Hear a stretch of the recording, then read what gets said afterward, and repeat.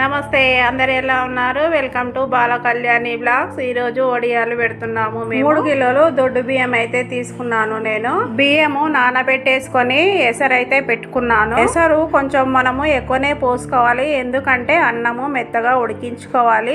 జీలకర్ర, నువ్వులు, ఓమ, ఉప్పు వేసుకొని మసల పెట్టుకోవాలి.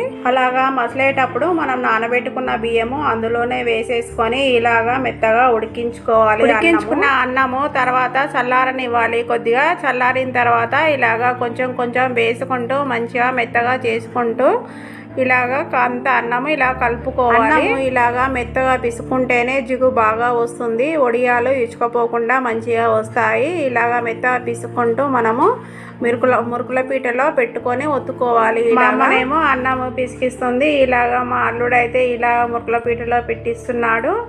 మరియు మా కోడలు కూడా హెల్ప్ చేస్తుంది. అందరం కలిసి ఇలాగ వడియాలు అయితే చేసాము. ఇదిగో ఇక్కడ ఉంది చూడు, ఈమె మా కోడలు. మా హెల్ప్ చేస్తా అని ఆమె కూడా హెల్ప్ చేస్తుంది. ఇలాగా వడియాలు అయితే అన్నీ వచ్చేస్తాయి. ఎండాకాలం వచ్చిందంటే మనకి వడియాలు పచ్చళ్ళు పెట్టేసుకోవడానికి మనకి మంచిగా వీలు కుదురు. పప్పుచారు చేసిన, రసం చేసిన, ఏ కూరలు వండుకున్నా మనకి అంచుకు ఏదో ఒకటి ఉండాల్సిందే. ఇలాగా వడియాలు చేసుకుంటే మనకి ఎప్పుడు పడితే అప్పుడు వీలైనప్పుడు మనము వేయించుకొని తినొచ్చు. పీటతో కాకుండా ఇలాగా కవర్తో కూడా చాలా మంచిగా వచ్చాయి వడియాలు.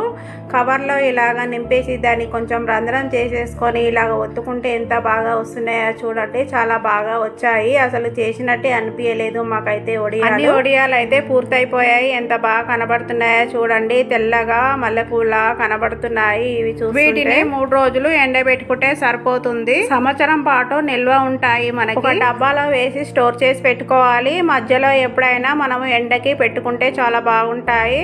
చూడండి, ఇలాగ వేయించుకోవాలి. చాలా క్రిస్పీగా వచ్చాయి. నా వీడియో నచ్చితే లైక్ చేయండి, సబ్స్క్రైబ్ చేయండి.